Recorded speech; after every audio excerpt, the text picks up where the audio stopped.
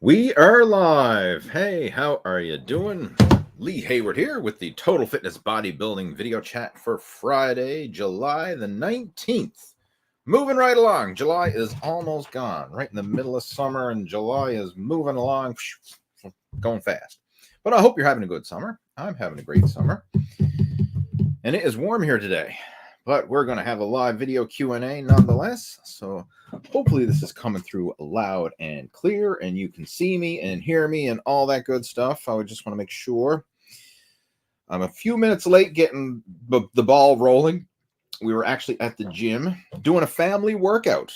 Took my son Harvey with us to the gym, and we were doing some the cool thing about Omega, the gym that we train at, they've got the indoor gym. I mean, it's massive, 10,000 square foot indoor gym. But in the summertime, they open up an outside section of the gym. So they got battle ropes and some outdoor equipment, racks and benches and dumbbells and stuff outside. They got basketball net, monkey bars, pull-up bars, TRX straps. So it's pretty cool. So we were kind of doing a bit of a hybrid workout outside and also doing some exercises inside.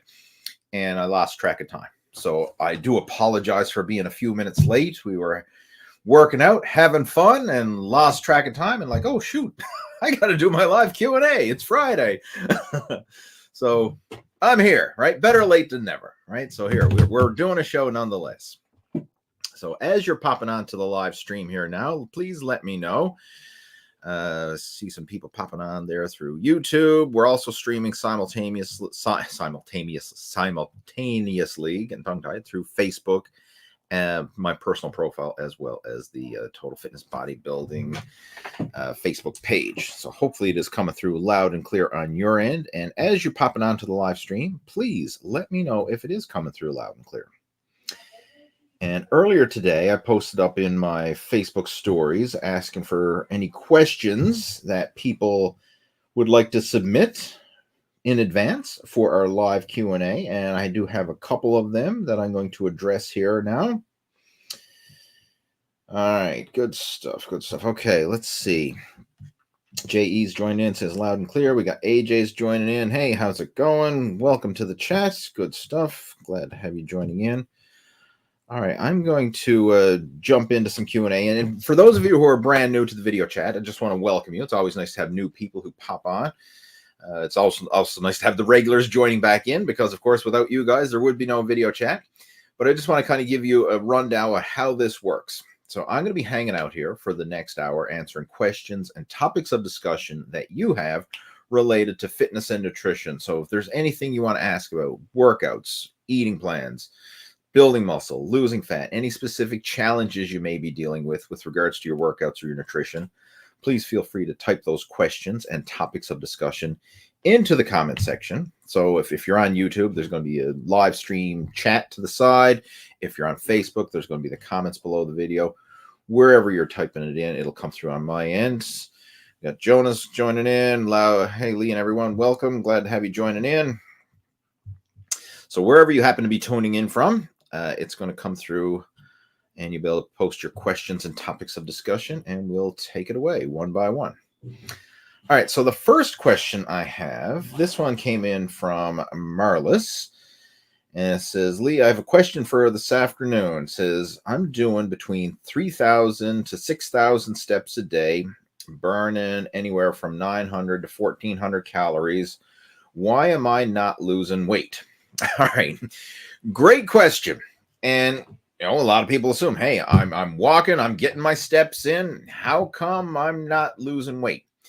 Well, it comes down to calories in versus calories out. Regardless of your exercise, even if you are walking and getting your steps in, even if you are going to the gym and you're lifting weights and you're doing conditioning workouts or whatever type of training you're doing, if you are not in a calorie deficit, you're not going to lose weight. Now, on the plus side, Marlis didn't say that they were gaining weight either, right? So, so that's probably a good sign as well, right? I mean, if you're maintaining your weight, and especially for someone who struggles with weight, even maintaining weight can be looked at as a victory, right? I mean, because a lot of people assume, well, if I ignore my health and fitness and I'm not exercising, I'm not eating right, or I'm doing whatever I want, that the weight stays the same. And that's not the case, because if you're overweight right now, you didn't maintain yourself to being overweight. You were in a slow gain. So if you're at the stage now where you're no longer gaining, maybe because you're adding in some extra exercise, that's actually a victory. Like, that's progress, because you're no longer gaining. Now, if you want to tip it in the other direction where you're actually losing, you got to tighten up on the nutrition. That's the key. And this is something I see a lot with people who work out regularly, especially with guys. Like a lot of guys that I see at the gym, a lot of the regulars, right? I'm not going to call anybody out, but you know who you are. The regulars, they love to work out. Like they just enjoy physical activity. They love going to the gym. They love working out. They love training heavy. They love, pushing themselves, but they also love to eat. And sometimes eating not so good foods and being in that calorie surplus, or at least not in a calorie deficit. So they stay the same.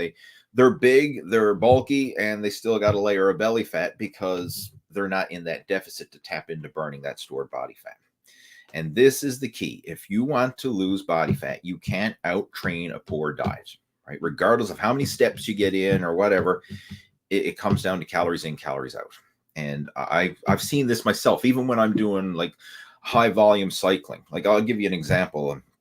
Last year, I did a lot of cycling. It was a record year for me. I cycled over 13,000 kilometers last year, and averaging at the peak of it, averaging about 15 hours a week on the bike, right? So, I mean, it was a lot of cycling, right? I mean, and I enjoy it.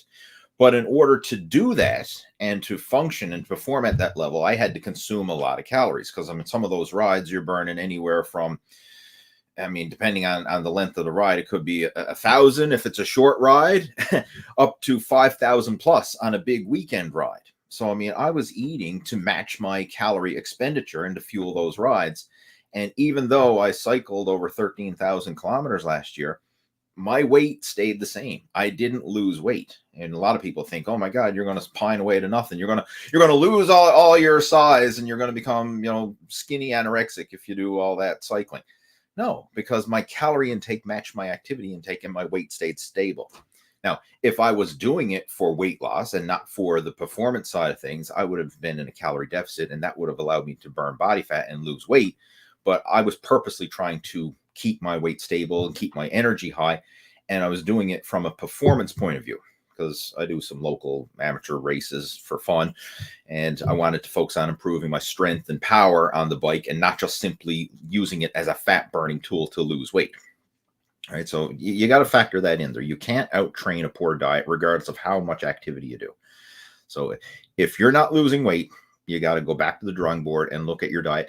And what I want you to just focus on is improving what you're currently doing right now, right? Like look at your overall eating habits and just say, like, where can this be better? Like, first off, are you meeting your protein intake needs? Meaning, like, are you getting a gram of protein per pound of lean body weight per day consistently? If you're not, start with that. Then look at all the other things. Like, are you getting in adequate vegetables and adequate healthy fats? The high nutrient foods that are going to fuel and nourish your body, the protein, the veggies, the healthy fats. Are you getting that covered? Right? If not, focus on filling in those gaps. And then once you have the foundation laid in place, then you can start looking at, okay, what are the foods that shouldn't be in my diet that I should start to avoid? And I like to take this reverse psychology approach when it comes to fat loss, because a lot of people, they immediately look at, what do I need to cut out?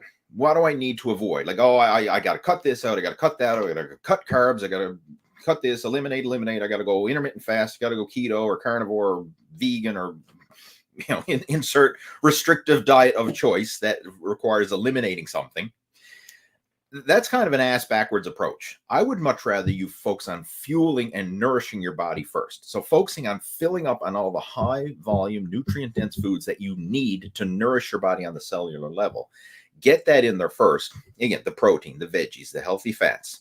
Once that's in there, that's going to naturally squeeze out some of those unwanted foods that shouldn't be in there, because there's going to be less room for it. Because when you're eating a gram of protein per pound of lean body weight per day, when you're eating vegetables with every single meal, and you're getting good quality healthy fats in there, that's going to naturally curb your appetite, and you're not going to have as much room for sweets and junk and crap that shouldn't be in there. So fill up on the high nutrient dense foods first. Get that in there as the priority. And that will naturally lead to cleaning up your eating habits, because you just won't have as much room for those not so good foods. And of course, your energy and your nutrition levels will be stable so that you're not craving those foods. Once you have that in place, then you can start looking at tidying up things further down the line. But start with that first, right? That's kind of like step one. And even when I'm working with guys in the Muscle After 40 Blueprint program, this is how we go about it. Like, we do things in phases. And the first phase, the metabolic reboot, that's what it's all about. Getting consistent with the training, getting consistent with the nutrition, and laying the foundation. That's what we do in the metabolic reboot phase. Once we have that foundation laid, then we can step it up to the next phase of the program, which is the fat loss accelerator. This is where we can really dial in your training, dial in your nutrition to accelerate fat loss and get that lean muscle definition that you want.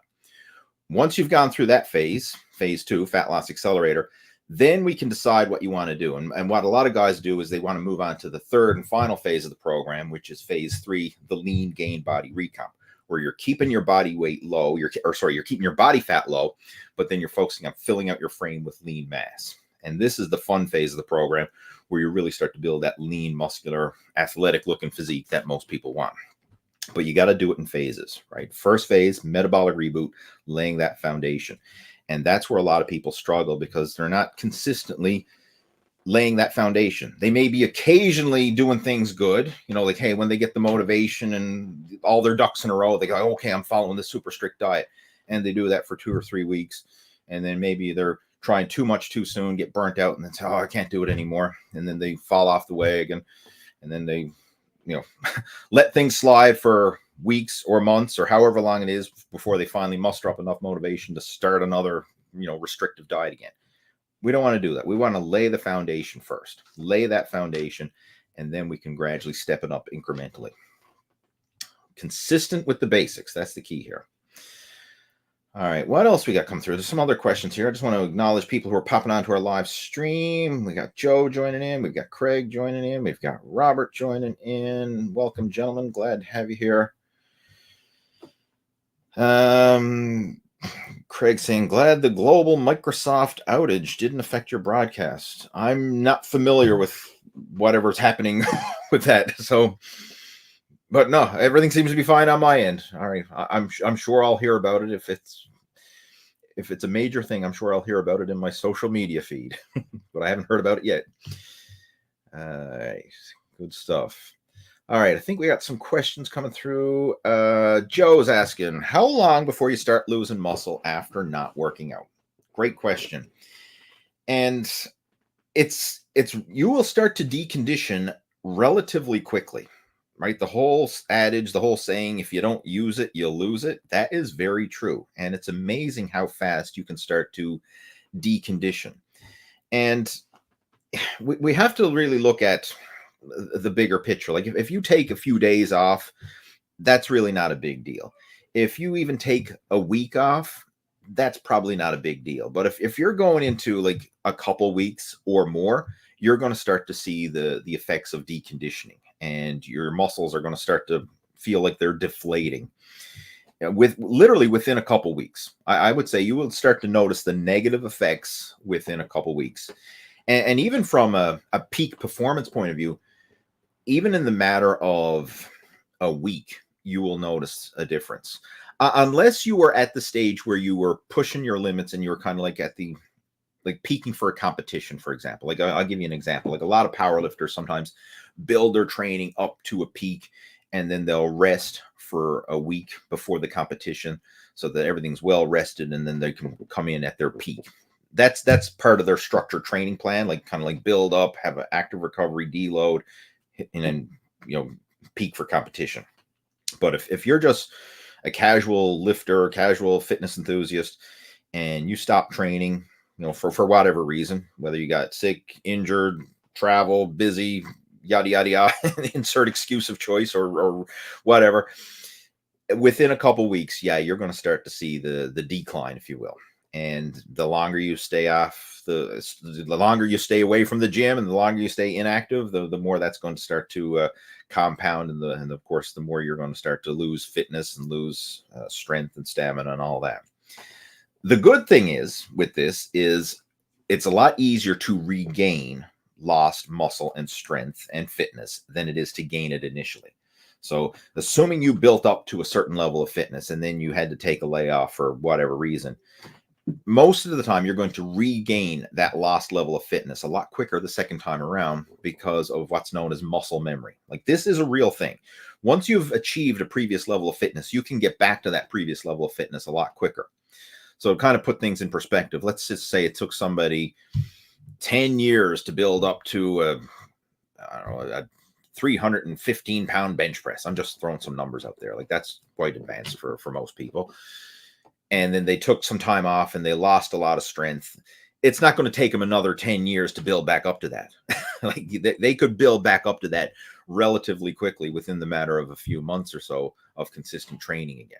So it's a lot easier and quicker to get back in shape than it is to get in shape in the first place.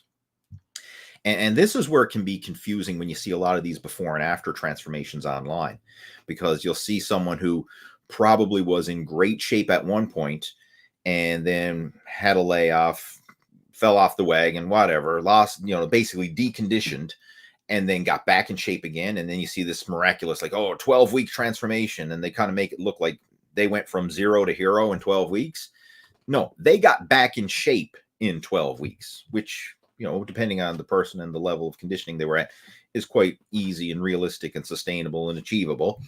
But it's not like a beginner who's never exercised before is going to duplicate that kind of transformation in the matter of 12 weeks, right?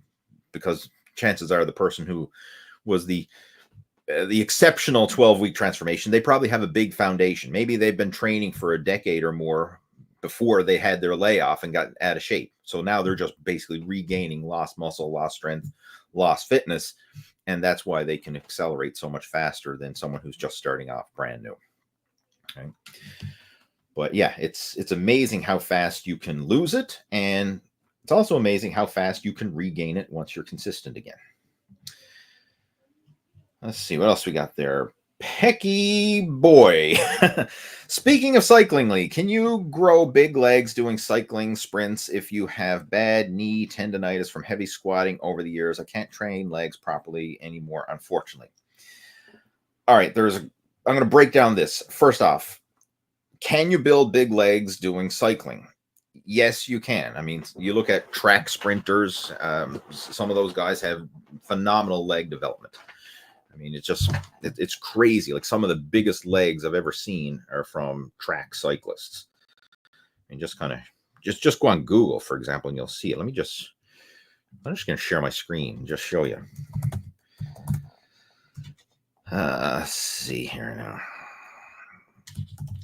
Just do a Google search. If you can do this on your own if you want, but I'm just going to share it here through our thing. Look at this. Is that coming through on your end?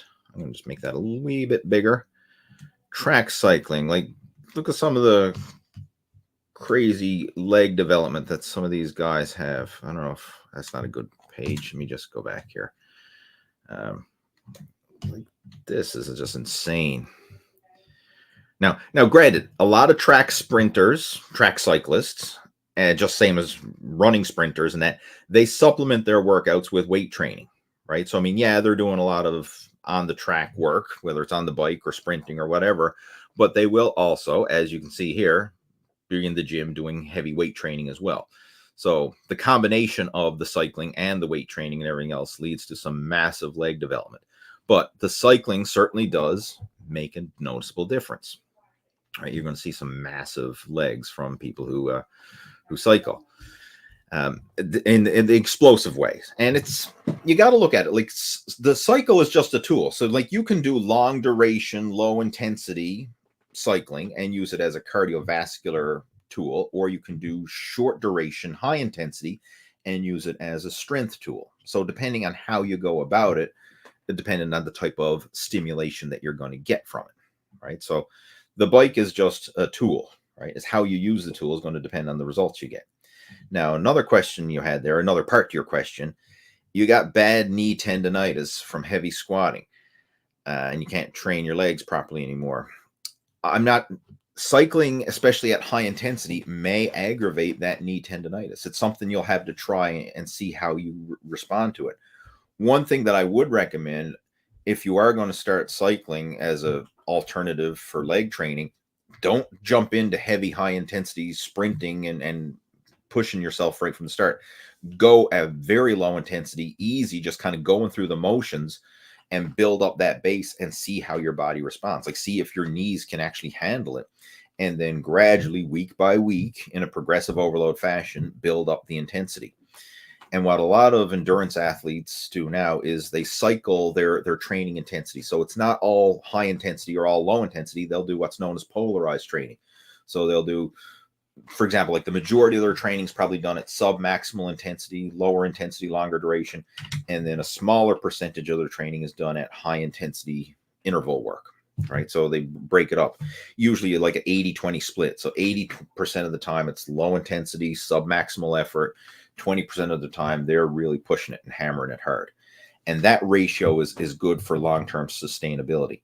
Because if you're always pushing it, always hammering it hard, you're going to overtrain and get the same tendonitis and issues and aches and pains and injuries as you can from heavy weight training, right? So you have to train smart. And one of the key things is to implement that low intensity work. Like, this is like the missing link for a lot of people. Like, most people have this all or nothing mentality where they like, if I'm not going hardcore, if I'm not going pedal to the metal, then what's the point of doing anything at all? So it's like flat out or nothing. You have to learn to be good enough. You have to learn to be comfortable with going sub-maximal, because that's where that long-term consistency at sub-maximal effort is where the long-term progress is made. That's where the foundation is laid. Right? What you can do in these peak high intensity bursts, that's very short term. And that's not what's going to sustain you over the long term. It's what you can sustain long term. Right? But it's something you're going to have to try for yourself and just see how that feels for you. If I were you, I'd start off just doing some cycling at the gym, on the stationary bikes or the spin cycles or whatever you have available, and just see how it works. I mean, obviously, if you have your own bicycle, you can try that, but start off with low intensity cycling workouts first, just going through the motions, building up the volume, and then gradually increase the intensity as you feel able to do so. But do not jump into it too much too soon, because you're just going to aggravate the injuries even more. What else we got there? Jonas is saying, how would you know that you're done with a workout and can say that is enough for the day? That was a good workout. What are the signs you're looking for? I go by how fatigued I get. That's a good question.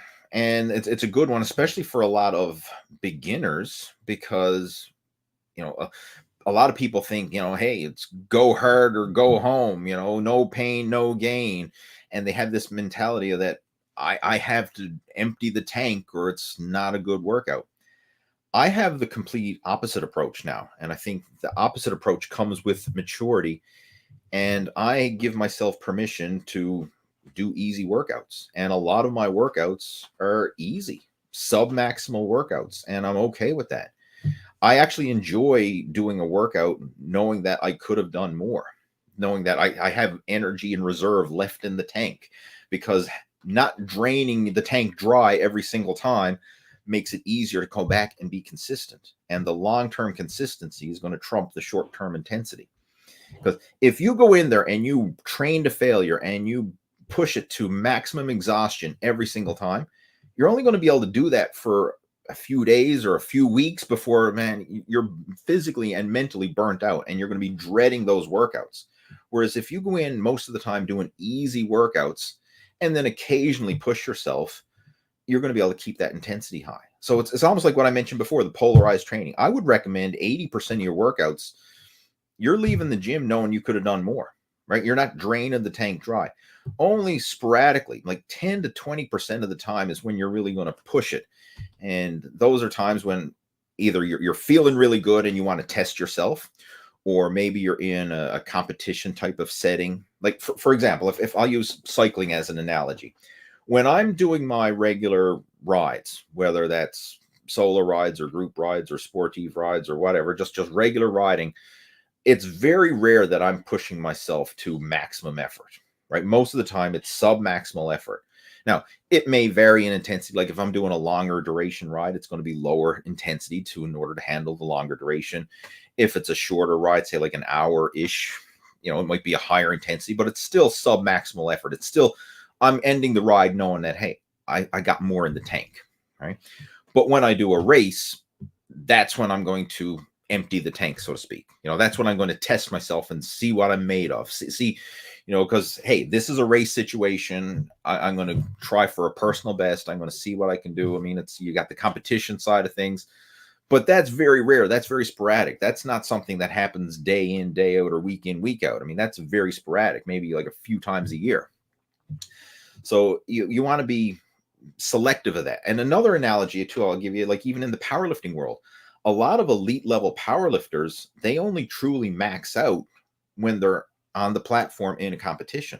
Like they'll push themselves hard. They'll probably go to say like 90% in the gym, but where they go to 100 or 100% and beyond, setting new personal records, they want to do that on the platform where it actually counts, not just doing it in the gym. Now, obviously, when you're new to the sport and you're learning, obviously you're going to have to do some maximal lifts in the gym to see what you can actually do. But once you've established yourself as a competitive powerlifter and you have some experience and you know your numbers, you know what your previous competition best is and everything else, if you're going to set a new personal best, you want to do it on the platform when it actually counts and not just do it in the gym where it means nothing other than stoking your ego to say, hey, I lifted such and such a weight. You want to do it that it actually counts in competition. So you see this in powerlifting as well. Guys who are experienced, they usually save when they're going to go 110%, push it to their limit and beyond, that's when they're going to do it. It's in competition. But in training, they always leave a little in reserve. Right? And that's a good mindset to have. And when I'm coaching people, like a lot of my in-person coaching students and even the guys who are going through the Muscle After 40 blueprint, this is something that I'm drilling home all the time. Get comfortable with doing sub-maximal workouts. You don't have to drain the tank dry to be effective. It's okay to stop knowing that you could have done more, right? Stop at 80%, stop at 90%, somewhere like that. Leave that little bit of buffer room because that's going to allow you to be consistent and come back the next day and the next day and the next day. And that long-term consistency is what's going to lead to long-term gains versus you going in there pushing it to 100% and beyond, only being able to sustain it for a few weeks before you either get burnt out or injured or something that's going to hinder your progress, or just get to the point where you have these mental blocks where now you're dreading the workouts because they're so hard, they're so intense, you don't want to even do them, right? We don't want to get to that point. We want to actually enjoy the workout. And you're allowed to enjoy exercise. Exercise does not have to be something that you dread, that you hate. It should be fun. You should actually enjoy it. Exercise should be viewed as play.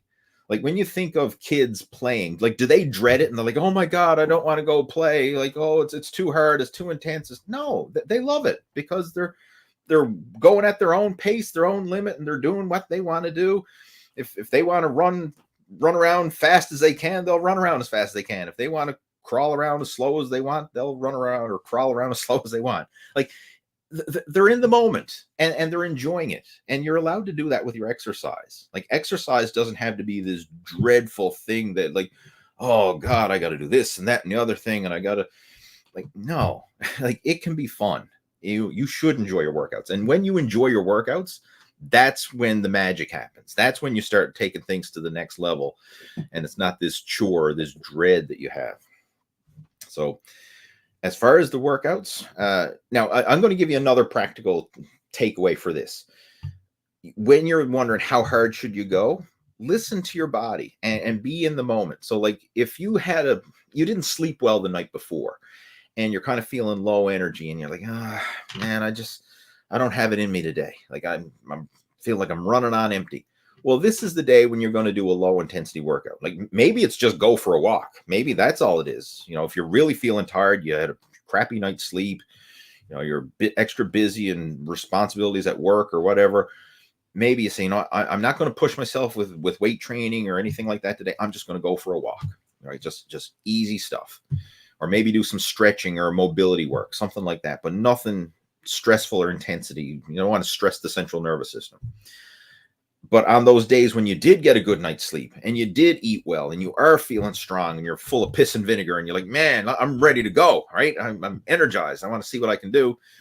Then go in there and push it, right?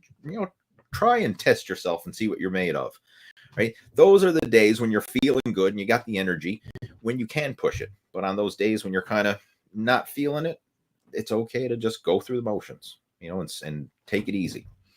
But the thing is we want that long-term consistency, not the short-term intensity. So hopefully that helps. Let's see what else we got.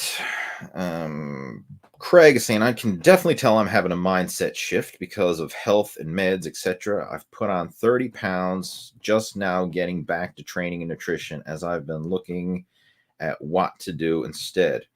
Focusing on weight loss. I'm looking at it as a lifestyle, no rush. This is a rest of my life journey. Thank you.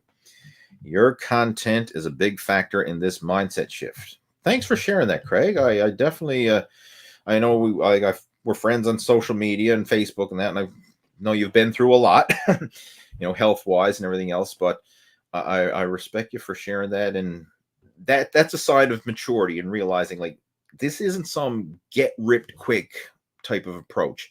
Like, one thing that I always try and tell people who are wanting to lose weight, like, it blows my mind how people will neglect their health and fitness for weeks, months, years, or even decades in some cases, like not doing anything. It's like, I'll get around to it later. It's not a big deal. I'm busy. Now's not the right time. And their health will slowly deteriorate. The weight will pile on, and it'll get worse and worse and worse and worse and worse until finally they have a scare.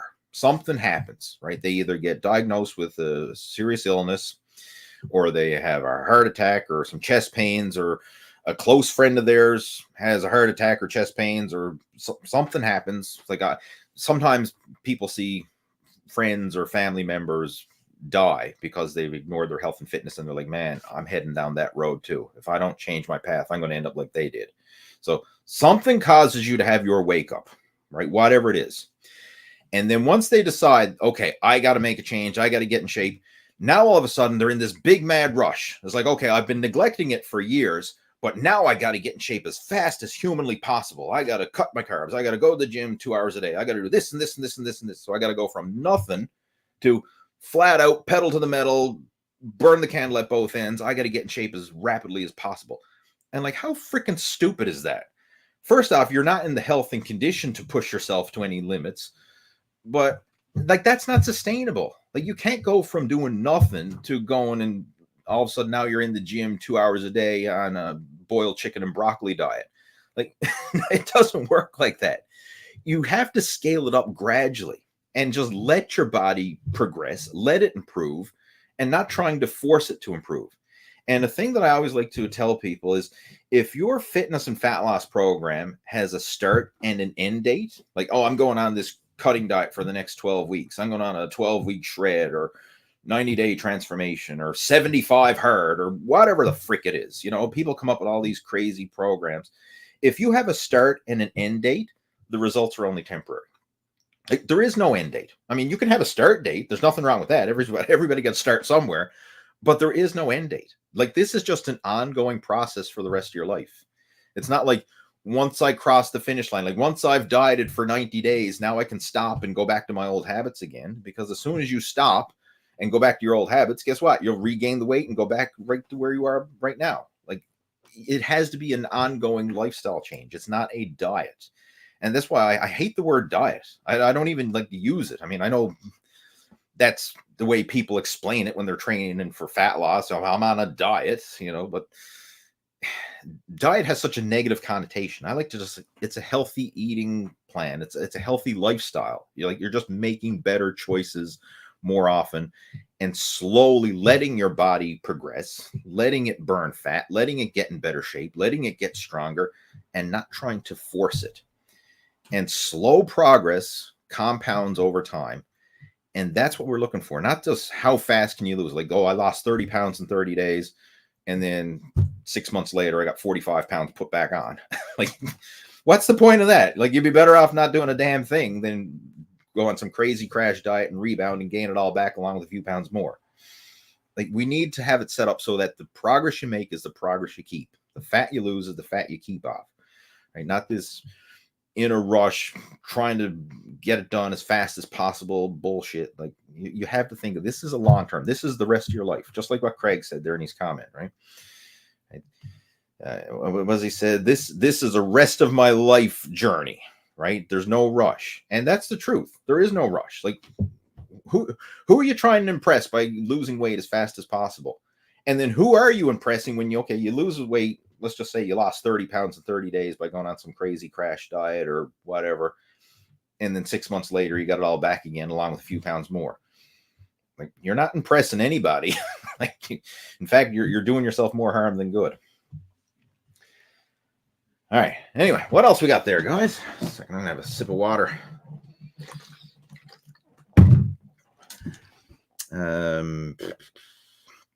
J.E. saying, are barbell squats and Romanian deadlifts a complete leg workout? Well, you are literally hitting all the major muscles of the leg, and it could be a complete leg workout for a single session, but are like those the only leg exercises you should ever do? No. I mean, there's so many movements that you can incorporate into a leg workout. But the thing is, you don't need to do every exercise in one workout. You can cycle through different exercises. So, like, maybe one workout you do barbell squats and Romanian deadlifts, and then you maybe you stick to that for a few weeks or several weeks, like, make progress. But after you've gone through maybe a cycle of training using that, then you probably want to switch up and do some different exercises. Maybe incorporate some lunges and some different squat variations, or leg presses or leg extensions and leg curls and yada, yada, yada. Like, there's so many different exercises that we have available, and they all have benefits, right? Like, so you can incorporate them all. I'm not one of these guys who, like, oh, if you can only do 3 exercises for the rest of your life, what would they be? Or, like, that's such a stupid approach, because we don't have to do just a few exercises. Like, we have the whole gym of exercises, plus all the different body weight exercises that you can do. Like, there is no limit to what you can do. Now, are barbell squats and RDLs great? Yes, they are. But there's so many more movements that you can do as well. And one thing that I've been really focusing on a lot now is mobility, flexibility, and different types of exercises to not just work on big power moves and trying to build mass, but to improve the mobility of the muscle and the joints, right? That's what I'm really focusing on, the flexibility, the mobility. So doing a lot of like deep squat variations with just body weight, and deep lunge variations with body weight, and a lot of different stretching movements, doing some squats like on the slant board and stuff like that to really engage more mobility in the knees, and doing some deep wide stance squats with body weight to activate the hips, and different types of things like that. Even like jump squats and jumping up onto boxes and platforms and stuff like that. I mean, that can help to build in the plyometric and explosive side of things as well. So, and a lot of these exercises I'm just doing with body weight. I'm not even adding extra weight to it, but it's helping to add that complete overall development, and not just simply, progressive overload with the big basic compound lifts. It's nice to have the well-rounded. Now, don't get me wrong, I still am a big fan of training with progressive overload with big basic compound lifts, but I like to focus on the total package and building in, the strength, the power, the mobility, the flexibility, as well as the stamina and conditioning. All right, what else we got there? AJ saying, yeah, for me, it's about 2 weeks, and then you start feeling like muscle deflation. So that was related to the question above, how fast you lose muscle when you stop working out. So just confirming that. And that's general guideline. When you're going to start to see the decline after 2 weeks, right? For sure. We have Denny joining in. Welcome. We have Sean's joining in. Do you think 35 is young? It's younger than I am. So yes, it absolutely is young. Anything that's younger than you is young. And anything that's older than you is old. So what's young and old is all relative to who you're asking. Right? If I ask my son, right, like he's 7. So if if a kid is 5 years old, well, oh, they're only 5 years old. And then, of course, you see someone else, and oh, they're 10 years old. Oh, they're old. They're right. It's all relative to the individual, right? So for me, 35 is young because I'm 45. So yeah, I wish I was 35 again sometimes. What else we got? What about 31, 33 as far as athletic prime? That depends on the sport, the individual, when they started, injuries and training and all kinds of stuff. Like most people will generally hit their prime around the 30 mark. Assuming that they started young enough and they have a good base and everything else, it's usually in your 30s when most people will kind of hit their prime. But it depends on the sport.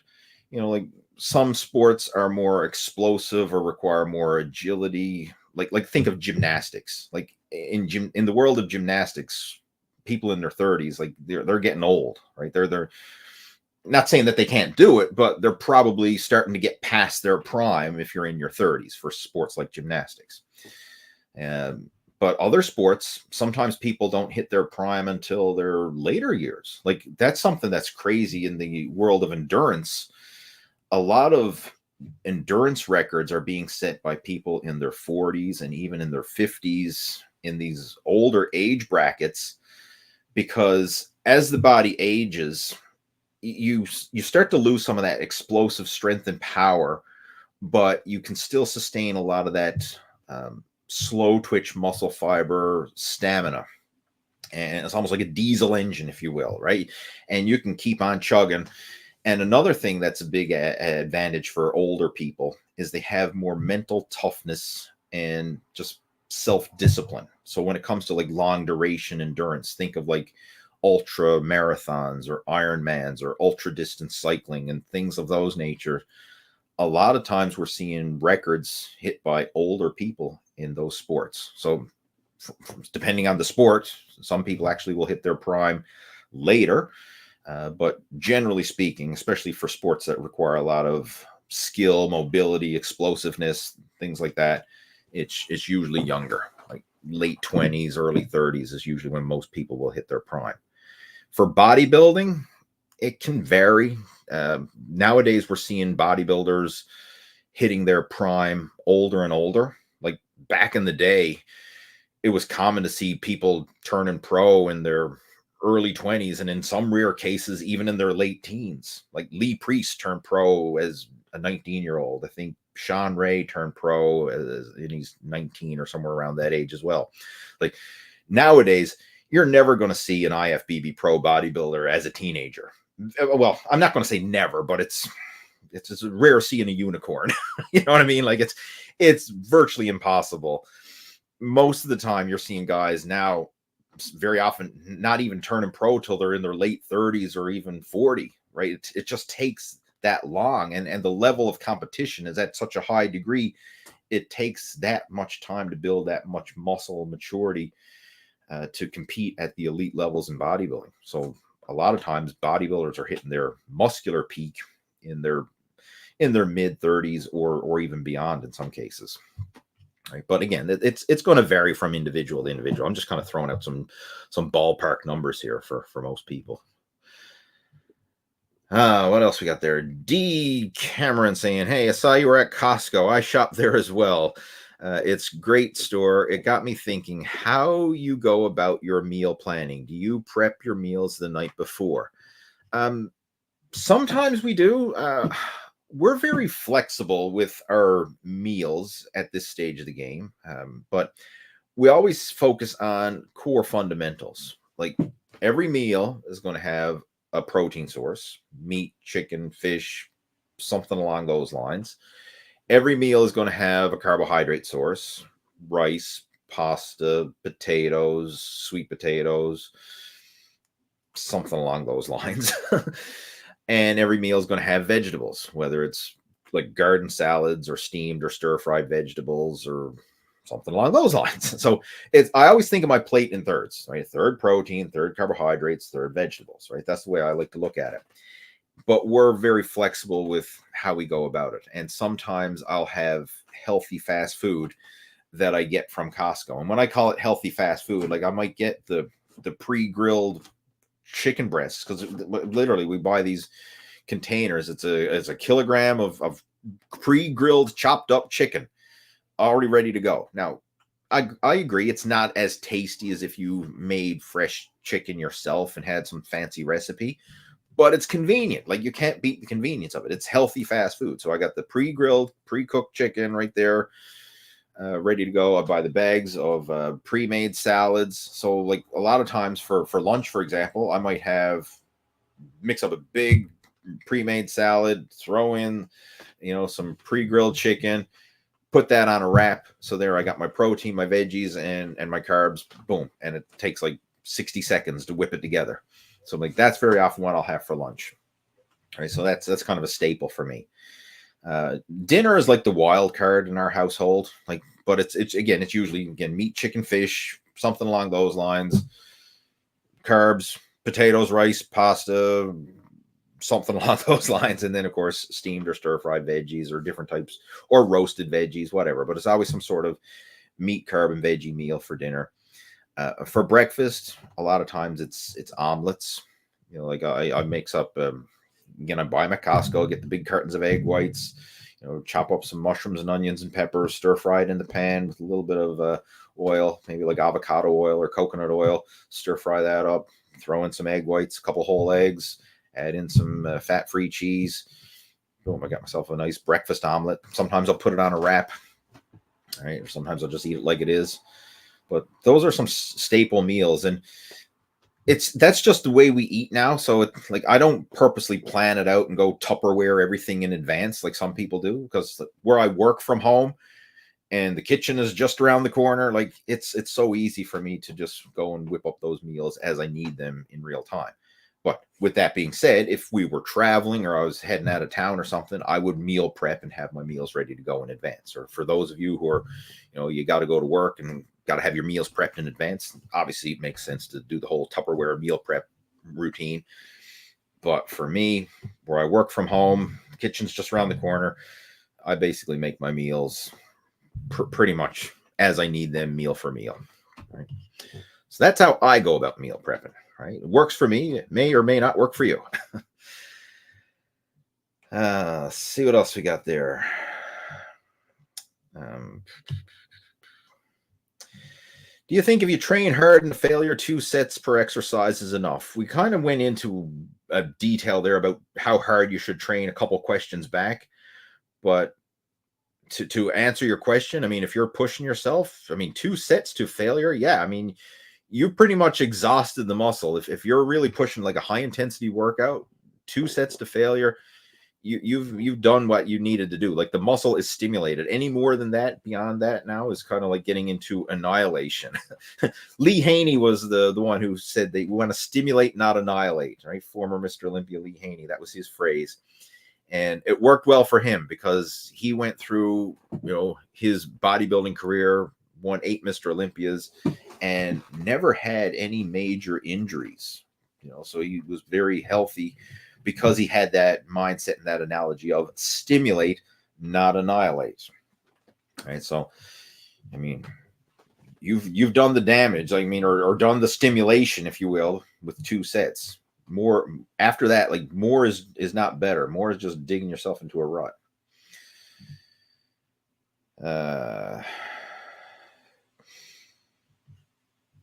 Sardines are low in mercury. Can they be eaten daily? If you want. I will eat sardines occasionally, but it's a unique acquired taste. I wouldn't want to eat them daily, but hey, if you want to eat them daily, go for it. More power to you. I remember back in the day, I used to eat a lot of canned fish, especially like canned tuna, because it was cheap and convenient and everything else. And I was going through eating at least a can of tuna a day, sometimes 2 a day, and I just turned myself from tuna. And now I might have a can of tuna once a month or less, probably not even that much, because I literally turned myself from canned tuna fish. All right. So I'm not a big fan of that anymore. Not that it's not a good source of protein or anything like that. It still is, but it's just, I just got myself turned from it because I ate so much of it, choking down can after can of tuna. It's just like, blah. It's not appealing to me at this stage of the game.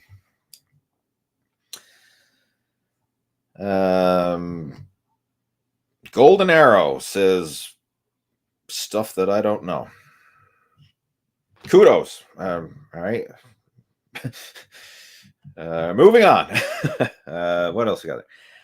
How to eat bodybuilder food on a budget. We actually, or I have a couple of videos covering some stuff on this, and I think myself and Jeff did a podcast talking about this not too long ago. Let me just actually have a quick look there now, because I'm pretty sure we did cover this in a recent podcast. If you do a search on YouTube for Lee Hayward bodybuilding diet on a budget, I've got an old video that I made like 10 plus years ago.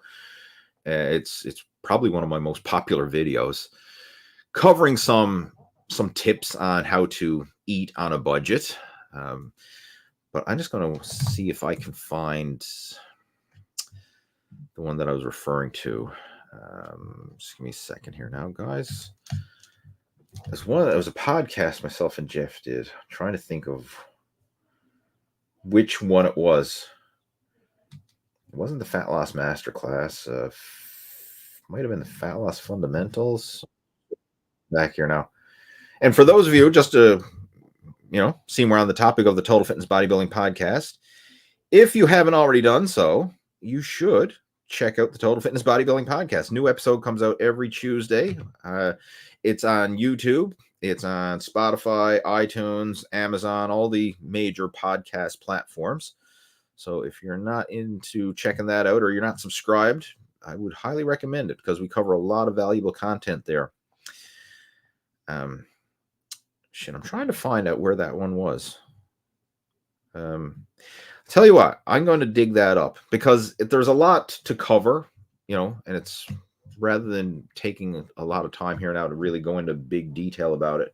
But one thing that I will address right off the bat, a lot of people think eating healthy is expensive, and it can be, but it doesn't have to be, because you look at the bigger picture. I mean, protein foods can be expensive, but there's ways around that. Like, you can choose the type of protein. For example, if you get ground meat versus steaks, the price is totally different. Like, I was at the store the other day looking at some steaks, and the price of steak is gone through the roof. I mean, some of the different cuts were upwards around $60 a kilogram, which is like insanely expensive. Versus you can get like ground meat, like you can get extra lean ground beef for maybe like $10 or $15 a kilogram, depending on the grade of the beef, right? If it's the higher in fat, it's cheaper. If it's the extra lean, it's going to be more expensive. But a fraction of the price to get ground beef versus the steaks. Same thing with a lot of things like fish. Like, a lot of times you buying some fish is crazy expensive, but then you might be able to get like frozen fish fillets or something like that for a lot cheaper.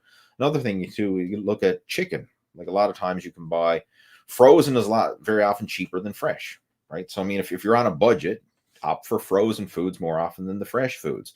Granted, I know frozen doesn't always taste as good, but from a nutritional point of view, it's the same thing. Same when it comes to vegetables, fresh vegetables versus frozen vegetables. Very often you get the frozen for about half the price as the fresh. Same with fruit. Fresh fruit versus frozen fruit. Fresh berries versus frozen berries. You can save a ton of money by just buying the frozen variation. So if you're on a budget, those are some quick and simple swaps that you can make right there. When it comes to your carbohydrate foods, these are the cheapest ones of all. Like oatmeal, rice, potatoes, pasta. Like, all that stuff can be bought in bulk, and it's very inexpensive. Like, when you work it out on a per serving basis, you're like, it's pennies per serving when you break it down. Get yourself a big 50-pound bag of rice, or get yourself a big 50-pound bag of potatoes or something like that. When you break it down on a per serving basis, it's very inexpensive that way. And it doesn't have to be crazy expensive to eat healthy. And I get a kick out of it. Like, some people say, oh, I can't afford to eat healthy, and then see them going to the drive-through or ordering Uber Eats or something like that. I'm like, man, for a meal at McDonald's, you could eat healthy all day with clean, healthy, wholesome, unprocessed bodybuilding foods. Like, there's nothing cheap about going to McDonald's or these fast food joints. Like, that is expensive, but I find like a lot of people justify it because they're looking at the cost of the meal and not the cost of how much that accumulates if you're doing that day after day, week after week, adding up. And then they'll look at something like a bulk. Like, for example, they look at oh my God, look how expensive a 5-pound container of protein powder is. I can't afford that, but then I can afford to go and have a friggin' burger and fry combo at the fast food joint. When you work it out on a per serving basis, protein powder is one of the most inexpensive sources of protein that you'll find, right? So there's ways to certainly go about it. You just got to really look at the big picture. And I'm going to go through the podcast episodes because I'm not exactly sure which one it was that myself and Jeff discussed bodybuilding diet on a budget. I have to dig through and see which one that one was. I'm here on the page now. Just let me give it one more second. I'm going to scroll through because I got them all time stamped. Oh, shut up. YouTube ads coming through there. I can't find it off the top of my head. Instead of wasting time here on the video chat, I'm just going to, I'll find it and post the link to it afterwards. All right, move on here now. Conscious Aether. I think that's what it is. Haley, I'd like to build better abs. My favorite exercise is the ab roller. However, I have a bad knee. Any exercises you can recommend that could replace the roller? The ab roller and a bad knee. Again, I'm not sure what variation of the ab roller you're using, but I don't know how the ab roller is affecting your knee unless you're using a different ab roller than I'm thinking of. Bottom line, try different ab exercises. Like there are so many different exercises that you can do, especially for abs, and you just have to try different movements, and a lot of them don't engage the knees, or at least not to a significant degree. So like you can experiment with different types of crunches, different types of planks, different types of leg raise variations. Most gyms have different types of abdominal machines these days, doing crunches on stability balls, V-ups. Like there's so many different variations. I'm sure you'll be able to find a certain movement that works for you and your body type. But the key thing that I wanted to drive home here is you want to build better abs. All the ab exercises in the world are not going to build better abs unless you lose the body fat that's covering them, right? Diet is the key here. We kind of mentioned that before, like you can't out-train a poor diet, because you could do crunches and sit-ups and leg raises and planks and have the strongest core, but if you're in a calorie surplus and you've got a layer of body fat covering those abs, you're not going to see any definition. And to prove my point, I mean, just look at some like strongman competitors and elite level powerlifters. Like these guys are strong as an ox, and they've got super strong core and thick abdominal muscle, but no definition because it's covered with a layer of body fat. All right. So, I mean, if you want to see the abs, you got to lose the fat that's covering the abs first. Like more sit-ups and more crunches and leg raises and all that is not going to carve out abdominals. Right. The key to carving out abdominals is to lose the fat that's covering them so you can actually see the muscle definition and detail underneath. All right. But as far as ab exercises, like say, this is something you're going to have to just try with a bit of trial and error experiment, seeing what you have available, because there's so many. I mean, like you can go on YouTube right now and just type in ab exercises. I mean, whether that's home ab exercises, gym ab exercises, and you will be bombarded with literally thousands upon thousands of videos showing ab exercises. You can go over on my channel and type in ab exercises. I've got videos showing ab exercises. So you go on just like Lee Hayward ab workout if you want to see some of my videos. But there's like no shortage of ab exercises out there. And I'm sure you're going to find some of them that will allow you to train your abs without aggravating your knee. You just have to go through a little bit of trial and error and ease your way into it. I mean, obviously, like work within your pain threshold. If something does cause pain or discomfort, don't do it. Find another variation instead. And you may have to temporarily avoid some of your favorite movements if they cause pain and aggravation, and choose some other ones. But hey, that might be a way to spur on some new muscle growth and stimulation. See what else we got there. TS is joining in, says, thank you for the support. Appreciate it. He says, do you need to feel your hamstrings like crazy in Romanian deadlifts? I feel my back a little. I feel my back am little. I mean, it probably means I feel my back a little. Any videos? I do have some videos covering the Romanian deadlift. If you just do a search for Lee Hayward Romanian deadlift, you should be able to find it, but I'll just get the link to it now.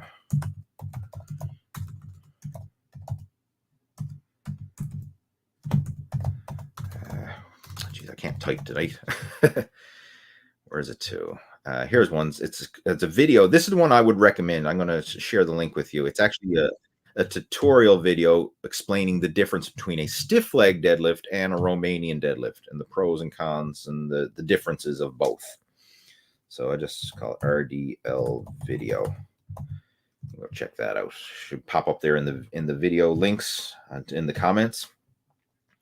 That's one that I would recommend, but you should feel the hamstrings working. And if you're not feeling them working, then it means your technique needs to be adjusted. And very often the weight needs to be reduced, because you don't need to use a lot of weight to feel the hamstrings. And very often what happens is if you're actually using too much weight, you're not going to be able to fully stretch and engage the hamstrings, and the back is going to take over. So that's probably what's happening. If you're feeling your back and you're not feeling the hamstrings, you're probably using too much weight. Like you could literally use an empty barbell and feel the hamstrings stretch and contract and engage. And that's what I would recommend. Like start with a super light weight and learn how to get in position and actually stretch forward so that you engage the hamstrings. Like you should be able to feel them stretch and contract with every repetition. And the thing with the RDL, it is a stretching movement. So like as you're going down in that negative, that's where you're going to feel the hamstrings, stretch out. And then as you come back up, you will feel them contract. But I actually feel there's more muscle activation in the eccentric negative portion of the lift when you're stretching than there is in the concentric portion of the lift. So you should really get that mind muscle connection on the negative portion. And you don't have to use a big range of motion. Like this isn't an exercise where you're trying to bend over and touch your toes and see how far you can, how low you can go. A lot of times if you go too low, then that's what it actually engages more back and takes the hamstrings out of the exercise.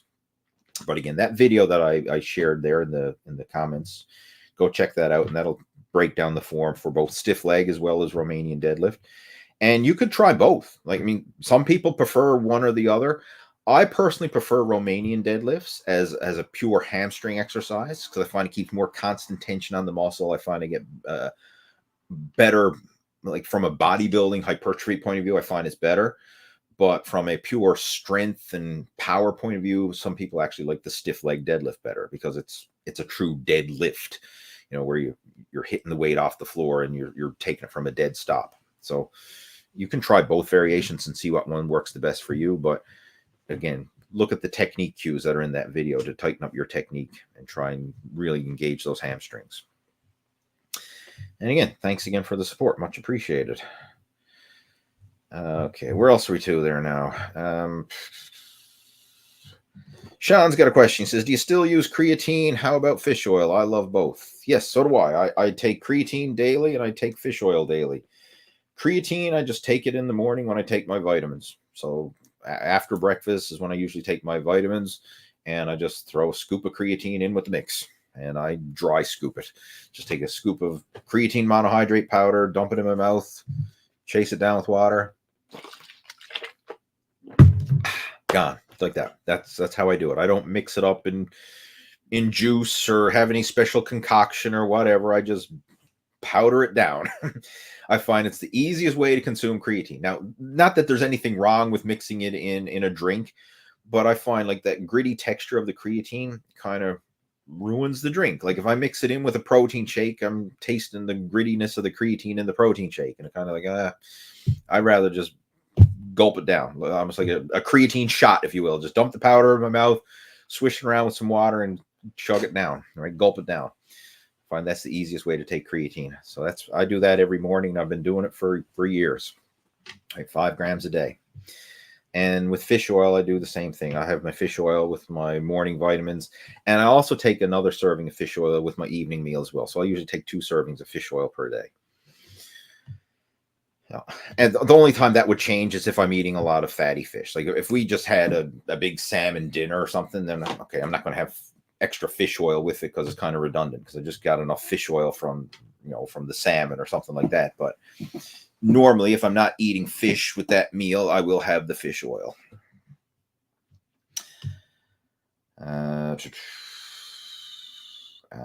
There are so many innovative fitness gear apparatuses out there, especially in 2024. Have you found anything impressive that you could recommend? Fitness gear and apparatuses. Trying to think here now. You're right. There's a lot of weird and funky things, but quite honestly, there's not I haven't really used anything that I would consider modern or cutting edge. I mean, sometimes we'll try different pieces of equipment or whatever, but they're not necessarily always the latest and the greatest. Like sometimes the gym will get new pieces of equipment in. Like back a few months ago, they bought out a gym that went out of business, and we got a whole influx of new equipment, but it wasn't necessarily stuff that just came out in 2024. So it's not necessarily like the latest and the greatest, if you will, but sometimes when we have different pieces of equipment, I'll experiment with that. But it's, I can't really say, I'm old school with my workouts. Like even with all the different fitness apps and tracking and stuff like that, I still use a pen and paper, log my workouts, like my weight training workouts, that is. Now, when it comes to cycling, I do use some different apps. Like I'll use Strava and I use Garmin, and for tracking my workouts, and I got a power meter and a heart rate monitor and all that kind of stuff for tracking my cycling. I find that very effective. But when it comes to weight training, I'm old school. I just pen and paper, keep it basic. And the analogy I use is like, hey, if it ain't broke, don't fix it. And not knocking anybody that likes to use special training apps or tracking devices or whatever, but I guess I've been doing this so long. I've been doing it since the early 90s, or actually late 80s, early 90s, because I started working out then. But yeah, I don't really have any special gadgets or gizmos that I use with my strength training workouts. I kind of pen and paper and keep it basic. Consistency with the basics in that area. I'm just curious, does anybody have any special gadgets or gizmos that they use? If you do, feel free to share in the comments, right? Hey, open to learning, right? If you have any special things that you think are specifically helpful, right? Tad is joining in, says, Lee, will karate affect my muscle mass? Just old-fashioned, traditional style karate. The reason I say I'm getting my son into karate, and he participated into, and I'm thinking of giving it a thought. If you're doing it recreationally with your son, that's not going to hinder your workouts at all. In fact, I think it'll be a fun addition to your workouts, because you're going to be working flexibility and mobility and explosiveness and things that you're not going to directly hit with weight training and cardio that you do in the gym. Now, with that being said, you want to ease yourself into the karate, because if you try and do too much too soon, even like with the kicking and the punching and stuff like that, like if you're not used to kicking and punching and doing explosive stuff, like it's so easy to like, oh shit, I threw my back out, or I threw my hamstring pulled, or oh, there goes the shoulder, right there goes the rotator cuff, or whatever. It's so easy to injure yourself. So pace yourself, right? Especially if you haven't done any explosive, rapid, fast-paced movement, punching, kicking, what all that kind of stuff that you're going to be doing in karate. So build up to it gradually, but I think it's going to be a great addition to your workouts. The only thing I will caution you on is, as you build up the intensity, you're going to have to factor that in, because it's when we're doing workouts and exercise in general, view your recovery as Like we have 100 units of recovery, 100 units total. That's what I want you to kind of visualize. It's not like I have 100 units of recovery for weight training and I have 100 units of recovery for karate and I have 100 units of recovery for cardio or whatever else I'm doing. You have 100 units total. How are you divvying that up? How are you divvying up your recovery over the week? So you may have to scale back a workout or two in order to make room for the karate, like, or scale back the volume of the workouts in order to make up for the karate, because it's when you just start adding more and more and more, eventually it's going to be too much and you'll get into overtraining. If you're currently kind of like in an undertraining state and you haven't been pushing yourself to the limit, then maybe you have the capacity to add in the karate without actually hindering your workouts. That's a possibility. But if you've been really consistent with the workouts and pushing yourself hard and you're kind of like up at the upper limits of what you can handle and recover from with weight training, adding in the karate on top of that, you're going to have to scale back accordingly. And I do this myself, like with cycling. Like when I'm doing high volume cycling, especially in the summertime, I scale back the volume and the intensity of my weight training accordingly. Because again, I can't go 100% with weight training and 100% with cycling because you only have so much recovery, right? Something's got to give. So you have to make compromises, right? But I think that adding in the karate will be a nice addition, and it'll be an awesome quality time between you and your son, right? I love that. I mean, looking back at it now, I mean, that's how I got started with martial arts. Like back when I was 7 years old, my dad and I joined a local martial arts club, and we did that for several years. And I did that right on through, school, like right on through elementary, junior high, high school. I did that, and I loved it. I mean, and it was actually through the martial arts that I got more serious into weight training because later on, when I was going through high school, my martial arts instructor at the time, he worked out with weights, and he's the one who I started doing karate lessons, in the dojo, and then on the weekends I go work out lift weights with him as well.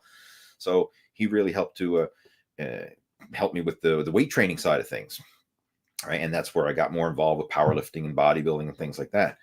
But I think this is going to be a great addition to your whole total fitness routine, and that's what we want to look at it, like total fitness, right? Total fitness bodybuilding. Well, this is total fitness with bodybuilding and karate. Right. There we go. What are the top things you recommend people avoid when it comes to health and fitness in general? Avoid drinking alcohol, smoking cigarettes, doing recreational drugs, eating processed food, skipping workouts, staying up late. What else? Like just we can go on and on and on. I mean, there's a lot of things people should avoid. Processed foods, information overload too, right? Following too many people's advice, and not only that, following advice that's not applicable to you and your particular situation. This is kind of a pet peeve of mine. Like the information that I'm sharing with you here, it's geared towards more average guys, especially guys who are in their 30s, 40s, 50s, and beyond, like a more mature demographic, working professionals, family men, people who are trying to have that work-life balance, get in shape, and enjoy the process without having the workouts take over and dominate their entire life. That's who I'm gearing this for.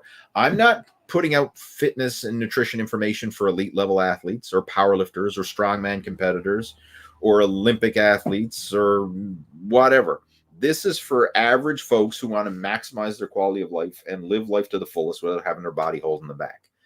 That's different than someone who says, hey, I want to win my bodybuilding pro card this year, right? That's a different avenue, right? Or someone else who's, peaking for an elite level sporting event. That's a different level, right?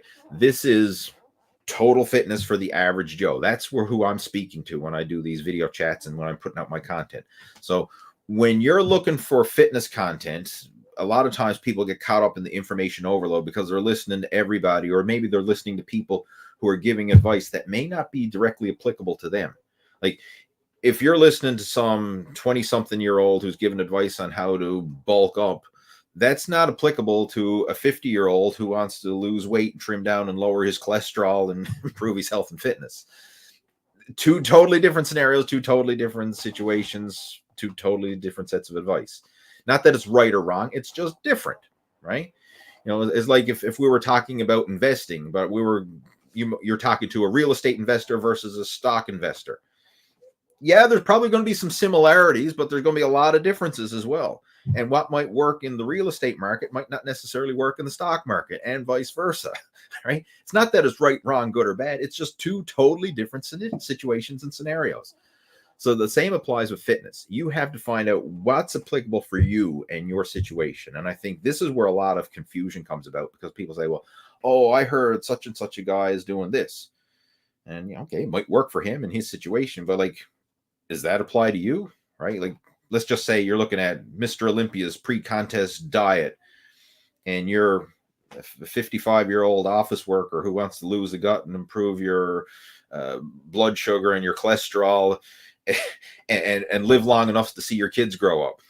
Are you going to follow Mr. Olympia's diet and training program and supplement stack, you know, that he's following to, you know, win the Olympia? Probably not, right? Not that it's right, wrong, good, or bad. It's just they're two totally different scenarios, right? What's applicable for one is not going to be applicable for the other, and vice versa. The ideal diet and exercise program for a 55-year-old office worker who wants to lose the gut and lower his cholesterol is not going to help Mr. Olympia win another Sandow statue, right? So, right, we got to look at the situation. That's one of the biggest mistakes I see, right, when it comes to health and fitness in general. It's people following advice that is not applicable to them and their situation. All right, let's see. I'm going to get ready and clue this up, guys. We have the Buff Canuck saying a deep philosophical outlook by Lee on age. There we go. Well, guys, thanks again for tuning in. I know I promised an hour. I over-delivered. We're an hour and 16 minutes as of right now, so I'm going to get ready and clue this up. But thanks again for tuning in. I always enjoy doing these video chats, and we had some great questions and conversation. And I just also want to let you know that Tuesday, there's going to be another episode of the Total Fitness Bodybuilding podcast coming out. It comes out on YouTube as well as Spotify, iTunes, Amazon, and most major podcast platforms. If your particular podcast platform of choice, whichever that one may be, if it doesn't have the Total Fitness Bodybuilding podcast, and all you have to do is search for Lee Hayward's Total Fitness Bodybuilding podcast, and it should pop up in the search results. If it's not there, please let me know, and I'll see about adding it to that platform. But I've added it to most platforms, so it should get uploaded there. And if you have any suggestions or feedback or topics that you would like to see in future episodes, please let me know. You can reach out to me through email, through Facebook Messenger. All right, my contact details are down in the description below. Feel free to reach out if you have any feedback or suggestions for future podcasts. I'd love to take that into consideration, because obviously I'm doing this to help you. Right, this is what it's all about, helping you to become the best version of yourself and live life to the fullest without having your body holding you back. Right, and we're doing that with being good enough and good enough consistently. So if you want to, make sure to subscribe to the Total Fitness Bodybuilding podcast, and I will talk to you next week, same time, same place. Have yourself a fantastic weekend, and we'll be in touch. Take care. Over and out.